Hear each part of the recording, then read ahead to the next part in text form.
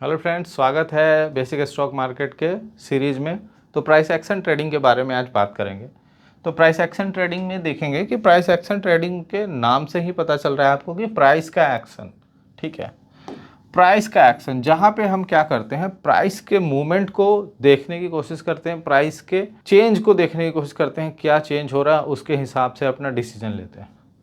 Trader takes decision based on price move, कि price के movement पे प्राइस किधर की ओर मूव कर रहा है, प्राइस किधर की ओर मूव कर रहा है, उसके बिहाफ पे अगर आप डिसीजन लेते हैं तो वो प्राइस एक्शन ट्रेडिंग में आता है। बाकी फंडामेंटल ट्रेडिंग में क्या होता है कि हम कंपनी के फंडामेंटल्स देखते हैं, बहुत सारी चीज़ें देखते हैं, उसके बाद जो डिसीजन होती है वो फंडामेंटल ट्रेडिंग में आता है। तो प्राइस के डिसीजन पे मीन्स कि अगर प्राइस यहाँ से फिर ऊपर गया है यानी बायर का कंट्रोल है, फिर वहाँ आके फिर ऊपर गया है, फिर बायर का कंट्रोल है, फिर वहाँ के फिर ऊपर गया है, फिर बायर का कंट्रोल है, तो ये पता चल रहा है कि बायर मार्केट को अपसाइड ले जा रहे हैं, ठीक है। लेकिन जब प्राइस डाउन हो रहा है, एक लेवल से नीचे आ रहा है, मीन्स सेलर हावी है, सेलर का कंट्रोल मार्केट पे है, फिर यहाँ से जाकर फिर डाउन हो रहा है, फिर सेलर का कंट्रोल है, मार्केट को नीचे ले जा रहा है, फिर यहाँ से जा रहा है, फिर यहाँ। तो इस हिसाब से हम देख रहे हैं कि मार्केट डाउन जा रही है, मीन्स कि बियरिश है।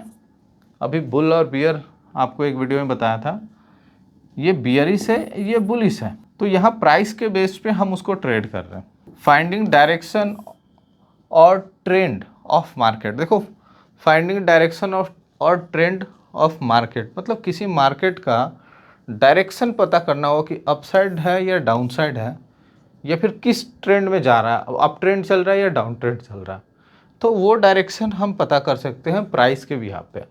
अब रही बात कि अब ये अप ट्रेंड है या डाउन ट्रेंड है, ये हमें एग्जैक्टली पता कैसे चलेगा। तो होता क्या है कि जो ये बाइंग का कंट्रोल या सेलिंग का जो कंट्रोल बनता है, ये जनरली बड़े प्लेयर करते हैं, एफआईज टीआईज करते हैं, कॉरपोरेट्स करते हैं, जितने ये बड़े बड़े प्लेयर हैं। तो ये इंस्टीट्यूशन जो है वो क्या करती है, बाइंग करती है। मान लो किसी स्टॉक में बाइंग हो रही है, इंस्टीट्यूशन की बाइंग हो रही है, कुछ उनके बड़े डील हो रहे हैं, तो वो जब बाइंग होगी, मान लो आप 100 रुपये के स्टॉक पे बाइंग इतनी ज़्यादा होती है, तो ऑब्वियस है कि बाइंग होने से डिमांड बढ़ेगी और प्राइस अपसाइड जाएगा, फिर यहाँ पे बाइंग होगी, फिर अपसाइड जाएगा। तो जो डायरेक्शन जो मार्केट की बना रहा है वो कौन बना रहा है, वो बना रहा है हमारे बड़े प्लेयर, जिसको कुछ ऑपरेटर्स भी बोलते हैं, कुछ बिग प्लेयर भी बोलते हैं, कुछ स्मार्ट मनी भी बोलते हैं। तो जो स्मार्ट मनी मार्केट में फ्लो हो रहा है वो अपसाइड की ओर हो रहा है, तो हम उसी डायरेक्शन को पकड़ने की कोशिश करते हैं, उसी ट्रेंड को पकड़ने की कोशिश करते हैं। या फिर आप देखो, जब मार्केट डाउन होता है, आपको थोड़ा सा ये चीज़ सोचने की ज़रूरत है। आप देखो, जो भी मार्केट में पहली बार आते हैं तो उनको सबसे पहले पेनी स्टॉक्स मिलते हैं। पेनी स्टॉक्स वो स्टॉक्स होते हैं जिनकी प्राइस 100 रुपये से कम होती है। कुछ पेनी स्टॉक मल्टी बैगर भी होते हैं, कुछ पेनी स्टॉक आपको डुबो देंगे, ठीक है। तो देखो, उसी में से हर कोई जब मार्केट में आता है तो कुछ ना कुछ पेनी स्टॉक उनके अकाउंट में पड़ जाते हैं और उनका फंड अच्छा खासा ले जाता। मेरे अकाउंट में पड़ा था यस बैंक। शुरुआत में मुझे उतना समझ नहीं था। तो यस बैंक का क्या था सीन, यस बैंक कभी 300 पे ट्रेड होता था। अब यस बैंक का चार्ट अगर देखो तो ये अपसाइड यहाँ गया, लगभग 300 के आसपास गया, फिर मार्केट वहाँ से स्लोली डाउन साइड आया और 5 रुपये तक आया है। समझने की बात यहाँ पे है, यहीं से प्राइस डाउन होना स्टार्ट हो गया। यहाँ न्यूज आया तो डाउन हो गया, यहाँ न्यूज आया तो डाउन हो गया, यहाँ न्यूज आया तो डाउन हो गया, यहाँ न्यूज आया तो डाउन हो गया। आप समझो, यहाँ पे जब 300 के प्राइस से नीचे आया, फिर नीचे आया, फिर नीचे आया, 300 से आया 250, 220, 180, जब ऐसे डाउन साइड आ रहा है तो आप सिंपल समझो कि बड़े प्लेयर जो हैं इन्वेस्ट नहीं कर रहे हैं, वो इंटरेस्टेड नहीं है इस तरह के स्टॉक्स में जो लगातार अपने लोज टूट रहे हैं। मतलब यहाँ भी नया लो बना दिया, यहाँ नया लो बना दिया, यहाँ नया लो बना दिया। तो आप समझो, जब ट्रेंड ही आपका निगेटिव हो गया, मीन्स जो स्मार्ट मनी है वो इसमें नहीं डल रहे हैं तो आप यहाँ बाई करोगे, यहाँ बाई करोगे, यहाँ बाई करोगे, क्यों? आप प्राइस को या हम रिटेलर प्राइस को अपसाइड के लिए नया हाई नहीं लगा सकते। इसके लिए बहुत पैसे की ज़रूरत होती है। अब बड़ा पैसा जिसके पास है वही ऊपर की ओर मतलब एफआईज डीआईज ही एक हाई लगा सकते हैं, लेकिन वो लगाएंगे क्यों हाई? जब तक कंपनी अच्छा काम नहीं करेगी तब तक वो उसमें पोजीशन नहीं बनाएंगे। तो अगर आपके अकाउंट में कोई होल्डिंग के स्टॉक्स हैं तो आपको समझने की ज़रूरत है कि वो स्टॉक लगातार लो लग रहे हैं, मीन्स कंपनी के अंदर कुछ गड़बड़ है, कुछ तो हो रहा है जिसकी वजह से नीचे जा रहा है। तो 1-2 क्वार्टर आप देख सकते हो उसके रिजल्ट को कि ठीक चल रहा है कि नहीं। धीरे धीरे अंदर से कोई ऐसा कांड ना कर दे कि आपका स्टॉक फंस जाए, आपकी होल्डिंग ख़राब हो जाए, ठीक है। इसलिए प्राइस एक्शन थोड़ा मुझे अच्छा लगता है फंडामेंटल से, क्योंकि इसमें पहले पता चलता है कि मूव क्या होने वाला है, डायरेक्शन क्या होने वाला है, ठीक है। लेकिन इतना भी वो नहीं होता है कि आपको एकदम पता लग जाए और आप वहाँ पे निकल जाए। बहुत जगह आप अगर एक्सपर्टीज आपकी अच्छी है तभी आपको समझ आएगा कि वहाँ निकलना है या नहीं निकलना है, नहीं तो पता चलेगा कि प्राइस पे बाई कर रहे हो आप फेल हो जाएगा। ऐसे भी होते हैं, ट्रैपिंग भी होता है, बात करेंगे। अब चलो कि प्राइस एक्शन ट्रेडिंग ही क्यों करना है।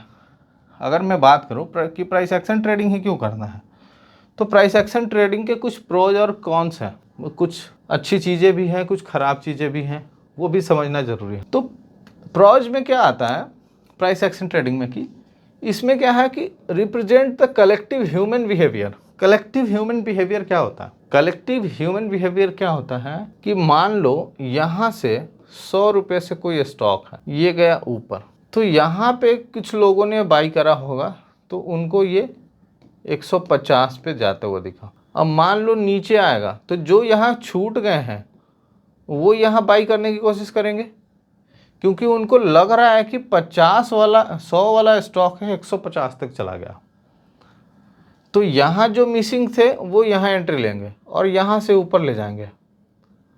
अब देखो जो यहाँ पे एंट्री पहले से लेके बैठे हुए थे 150 तक, उनके वो लगेगा कि अच्छा यहाँ आ गया है, तो वो हो सकता है कि पोजीशन को बुक करेंगे। मीन्स कि 100 से 150 जाने पे कुछ लोग अपना पैसा निकालेंगे क्योंकि उनको 50% का रिटर्न मिल चुका है। यहाँ पे जैसे ही यहाँ पे 120 आया, कुछ लोगों को लगा कि अभी भी इस स्टॉक का प्राइस जो है बिल्कुल सही है, खरीदा जा सकता। तो ये 120 पे जो खरीदने को तैयार हैं, ध्यान से सुनना, 120 पे जो खरीदने को तैयार हैं उनको लग रहा है कि अब ये 250 तक जा सकता है। उनका व्यू और दूर तक का है, क्योंकि उनको कुछ कंपनी में कुछ फंडामेंटल्स या कुछ आगे का फ्यूचर दिख रहा होगा, इस वजह से वो सोच रहे हैं, ठीक है। अब सिंपल समझो, जैसे ही ये ऊपर निकलेगा 250 पे चला गया अगर, तो जो 220 वाला है उनको टारगेट मिल गया एक बढ़िया। तो मास साइकोलॉजी में क्या होता है यहाँ पे कि यहाँ 250 तक चला गया। जब ये 250 तक चला गया तो आप सिंपल समझो जो 100 वाले लोग बैठे हुए हैं उनको एक बहुत ही ज़बरदस्त डिसेंट प्रॉफिट हो रहा है, लगभग 150% का प्रॉफिट हो रहा है। तो ये पक्का है कि वहाँ प्रॉफिट बुकिंग करेंगे और कुछ यहाँ से भी प्रॉफिट बुकिंग करेंगे। जो 120 से 250 तक गए हैं वो भी प्रॉफिट बुकिंग करेंगे। तो वहाँ पे क्या है, एक नीचे आने का चांसेस ज़्यादा है। इसलिए आपने देखा होगा कि कभी भी एक नया हाई लगता है तो वहाँ से प्रॉफिट बुकिंग आने के चांसेस ज़्यादा होती है। या फिर क्या होता है कि कभी भी इस हाई के ऊपर जाता है तो एक अच्छी खासी बाइंग आती है। एक मास साइकोलॉजी की तो एक और एग्जांपल मैं देता हूँ। जैसे मान लो आपने 100 पे बाई किया, यहाँ पे गया, एक बार स्टॉक गया 150 पे, ठीक है। नेक्स्ट अगर ये आता है यहाँ पे, ये आ जाता है 110 पे आ जाता है। तो अगर 110 पे यहाँ पे कोई बाई करेगा तो उसके लिए फर्स्ट टारगेट यही होगा, ठीक है। तो जैसे ही ये यहाँ से जाएगा तो सामने जो टारगेट है यहाँ पे कुछ लोग बेचेंगे और फिर नीचे आएगा। इन केस इसके नीचे नहीं आया तो फिर यहाँ बायर इंटरेस्टेड होंगे और यहाँ से अगर मान लो बाइंग करते हैं, यहाँ पे मान लेता हूँ मैं 130 से अगर किसी ने बाई करा है तो ऑब्वियस है कि 130 पे जो बाई करे हैं उनका टारगेट 150 नहीं होगा, उनका टारगेट हो सकता है ज़्यादा 150 से। तो यहाँ चांसेस होता है कि ऊपर जाता है। और यही प्राइस एक्शन में लोग कहते हैं कि एक रेजिस्टेंस बना हुआ था, उसके ऊपर गया तो अपसाइड चला गया 3 बार जाने के बाद। ये मास साइकोलॉजी है। मास साइकोलॉजी वहाँ जाने पे के बाद प्रॉफिट बुकिंग स्टार्ट कर देती है। या फिर सोचो एक लंबे टाइम के बाद फिर आया यहाँ पे, तो 110 से बाइंग कभी हुई थी रिसेंट में, तो फिर 110 से बाइंग होना स्टार्ट हो जाएगा। तो ये मास साइकोलॉजी है। मीन्स वहाँ पे एक जाके एक प्राइस को लगता है कि वो सही प्राइस है उस स्टॉक के लिए, उसकी वैल्यू लगभग इंस्ट्रिंसिक वैल्यू के आसपास है, तो वहाँ पे बाई किया जा सकता है। तो क्या है कि कलेक्टिव ह्यूमन बिहेवियर हमें मिलता है, और जिससे कि एक डिसेंट सा पैटर्न हमें दिख जाता है। उस पैटर्न को समझ पाते हैं, प्राइस का बिहेवियर समझ पाते हैं और प्राइस एक्शन ट्रेड कर पाते हैं। वही जो ये नेक्स्ट वाला बताया, एक स्ट्रक्चर हमें बना के दे देता है। दूसरा क्या है, रिड्यूस नॉइज। नॉइज को रिड्यूस करता है। नॉइज मीन्स आवाज़ वाली नॉइज नहीं, नॉइज मीन्स कि जैसे कुछ क्या होता है कि फॉल्स न्यूज़ ना सर्कुलेट होने लगते हैं। फॉल्स न्यूज़ जैसे मान लो कि क्या होता है कि कहीं कहीं कुछ ऐसे चैनल से या फिर मीडिया या कहीं से भी, मैं किसी एक पर्टिकुलर का नाम नहीं लूँगा, कहीं से भी आपको सजेस्ट किया जाने लगे कि बाई करने लायक है, बाई करने लायक है, तो आपको थोड़ा अवेयर रहना है कि वो आपके भलाई के लिए बोल रहा है कि नहीं बोल रहा। हो सकता है कि जहाँ पे आपने बाई करा है वहीं से प्राइस डाउन होने लगा। जैसे एक एग्जांपल मैं देता हूँ, टीसीएस की यहाँ से मार्केट ने लगभग 40% का मूव दे दिया, 40% का मूव अपसाइड दे दिया। मीन्स टीसीएस यहाँ से बढ़ गया 40% ऊपर।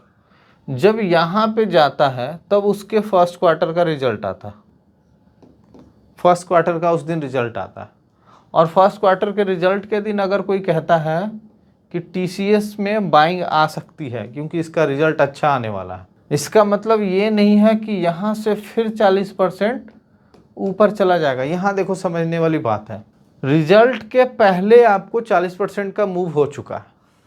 इट मीन्स कि जो स्मार्ट मनी थे या फिर बड़े प्लेयर थे, उनको पता है कि टीसीएस अच्छा रिजल्ट आने वाला है, इसलिए प्री रिजल्ट मूवमेंट आ चुकी है। अगर यहाँ से थोड़ा सा भी ऊपर जाएगा, क्वार्टर के रिजल्ट के टाइम, क्वार्टर के रिजल्ट पब्लिश होने के बाद थोड़ा सा भी ऊपर जाएगा, तो जो यहाँ से बाई करके बैठा है वो बेचेगा। तो कभी कभी आपने देखा होगा कि रिजल्ट के दिन, जैसे ही रिजल्ट आता है, रिजल्ट के दिन स्टॉक अपसाइड जाता है खुल के, फिर नीचे आ जाता है, जबकि उसका रिजल्ट भी अच्छा आया है और सब कुछ अच्छा है, फिर भी क्यों डाउन हो गया? तो रिजल्ट के पहले ही मूव हो चुका होता है। इसलिए थोड़ा सा ध्यान रखना चाहिए कि जो फॉल्स न्यूज़ है या मैनिपुलेशन है उससे आप बच जाओगे। दूसरी चीज़, फॉल्स इंडिकेटर सिग्नल। कुछ इंडिकेटर्स होते हैं जिससे ना हम ये प्रेडिक्ट करने की कोशिश करते हैं कि मार्केट अपसाइड जाएगा या डाउन साइड जाएगा, तो वो इंडिकेटर भी एक्यूरेट नहीं चलते हैं। वो आपके प्रीवियस डेटा को ही कंपेयर करके देते हैं, तो उसके सिग्नल जो होता है ना, वो जो बाइंग या सेलिंग के जो सिग्नल बताता है कि अब बाई करने लायक है, उसके आप उससे बच सकते हो, प्राइस एक्शन। एक मैंने अलग से इसको ऐड किया है, applicable for any other market. आप किसी भी मार्केट में इस तरह का यूज कर सकते हो प्राइस एक्शन, चाहे करेंसी हो, फॉरेक्स हो, अपना स्टॉक मार्केट हो, या स्टॉक्स पे कर लो, किसी पे भी कर लो।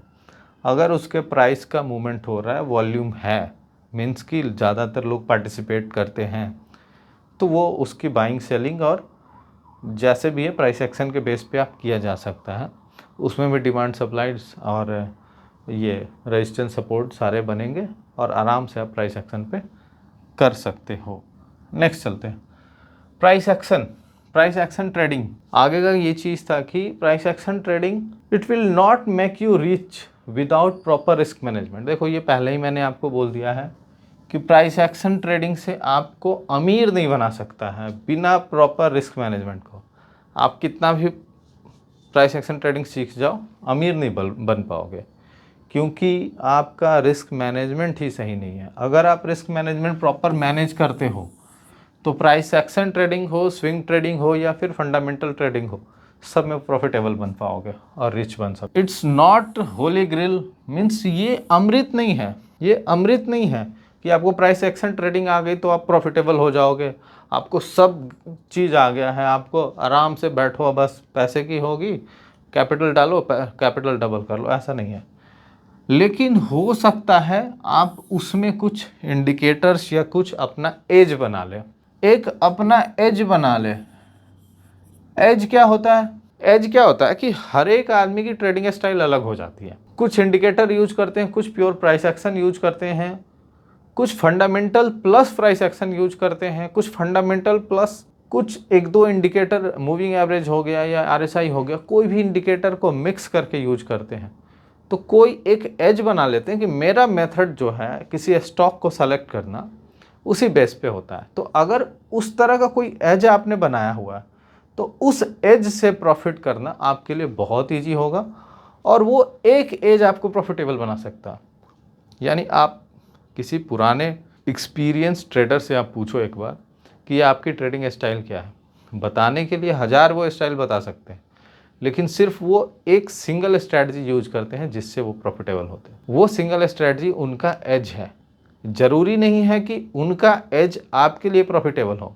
यानी मेरा जो ट्रेडिंग स्टाइल है आपको प्रॉफिटेबल बनाएगा या नहीं बनाएगा ये श्योर नहीं है, आपका अपना एज ही आपको प्रॉफिटेबल बना सकता है। चलते हैं। It will not make you overnight successful. ऐसा नहीं है कि ओवरनाइट सक्सेसफुल हो जाता है, प्राइस एक्शन सीखने के बाद भी टाइम लगता है। आपको शॉर्ट्स वीडियो में भी देखना, मैंने बताया है कितना भी आप प्राइस एक्शन सीख लो, ट्रेंड लाइन खींचना सीख लो, आगे चल के जब आओगे उस पर तो आपको एक्सपीरियंस और आपका रिस्क मैनेजमेंट ही सबसे ज़्यादा उस पर काम करेगा और आपकी ट्रेडिंग साइकोलॉजी काम करेगा। ठीक है। Also useful for investor. देखो इन्वेस्टर के लिए सबसे ज़्यादा यूजफुल है। इन्वेस्टर जितने लॉन्ग टर्म इन्वेस्टर हैं या फिर फंडामेंटल ट्रेडिंग करते हैं उनको मैं सजेस्ट करता हूँ कि भाई प्राइस एक्शन ट्रेडिंग थोड़ा सीख लो, थोड़ा सा टेक्निकल एनालिसिस सीख लो, क्योंकि इससे आपको सबसे ज़्यादा आपका एक ट्रेडिंग एज मिल जाएगा। कैसे? For perfect entry in securities, averaging और पिरामिडिंग। आप देखो, समझो कभी आपने किसी ने आपको सजेस्ट कर दिया, अब फंडामेंटल एनालिसिस करके या फिर जैसे भी किसी ने आपको सजेस्ट कर दिया कि ये स्टॉक बाई कर लो, आपने बाई कर लिया, लेकिन नेक्स्ट कब और उसमें डालना है ये कैसे पता होगा? आपने मान लो 100 रुपये का स्टॉक बाई किया और 6 महीना रखा, 100 रुपये का लगभग 50 क्वान्टिटी बाई कर लिया। ठीक है, 6 महीना रखने के बाद वो स्टॉक चला गया 200 रुपये पे, लेकिन क्या अब उस स्टॉक में भी 50 क्वांटिटी और ऐड करने की ज़रूरत है या नहीं है? रुको, 100 रुपये का स्टॉक आपका 200 रुपये हो गया, 50 क्वांटिटी था उसमें, अब आपको ऐसा लग रहा है कि क्या ये 200 का 400 जाएगा या फिर सिर्फ फिर 100 रुपये पे आ जाएगा? अगर आपको ऐसा लगता भी है तो आपके पास कोई बेस नहीं है कि क्या है जिससे कि आप उसमें डालें। मान लेते हैं कि आपने 50 क्वांटिटी बाई कर लिया, तो 100 की बाइंग पहले थी, अब 200 की बाइंग है। जो 100 रुपये की एवरेज बाइंग थी आपकी अब ऊपर आ जाएगी क्योंकि क्वांटिटी आपके बढ़ रहे हैं। तो इसके लिए आपको एवरेजिंग और पिरामिडिंग में से कुछ एक करना हो। इसमें से एवरेजिंग और पिरामिडिंग दोनों में से कोई एक कर सकते हैं आप। वो आपको कैसे पता चलेगा? जब तक कि आप टेक्निकल एनालिसिस नहीं जानते हो।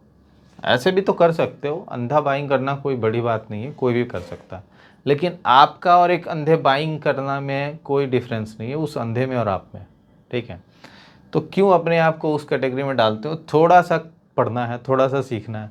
आप अगर बिजनेस की तरह इसे सोच रहे हो तो थोड़ा सा एफर्ट लगाओ, पैसे अपने आप आते हैं। इसमें एफर्ट लगाना पड़ेगा, चलना पड़ेगा, तभी जाके होगा। ऐसा नहीं है कि पैसा है आपके पास तो पैसे बन जाएगा। पैसा पैसे को अट्रैक्ट करता है, लेकिन उसके लिए काम करना पड़ता है, तभी जाके होता है। ठीक है।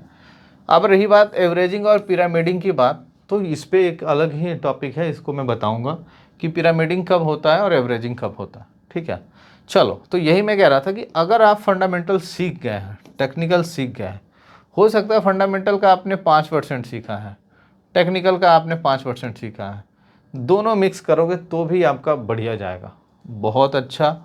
राइट सिक्योरिटीज और राइट टाइमिंग, मीन्स कि फंडामेंटल से आपने कोई स्टॉक देख लिया कि बहुत अच्छा स्टॉक है, इसका फ्यूचर बहुत अच्छा है, तो क्या अभी सही टाइम है बाई करने का?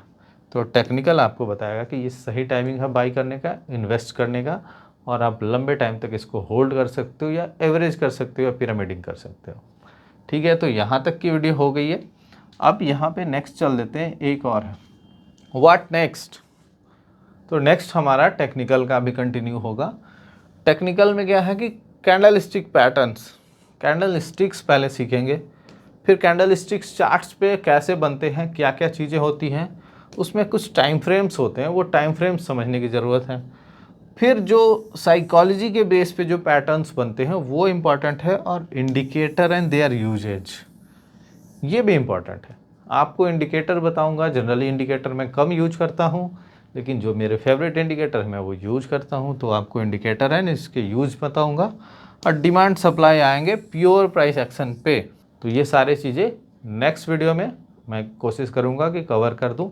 थोड़ी लंबी वीडियो बनते जा रही है, इसलिए ज़रूर देखें इसको। अगर कंटेंट डिलीवर करना है तो थोड़ा वीडियो लंबा होगा ही होगा, आप पूरे वीडियो को देखने की कोशिश करें, और लाइक सब्सक्राइब और फॉलो इस तरह से करते रहें कि जिससे मेरा मोटिवेशन बना रहे और मैं आपके लिए और भी अच्छे अच्छे कंटेंट ला के दूँ। Thank you.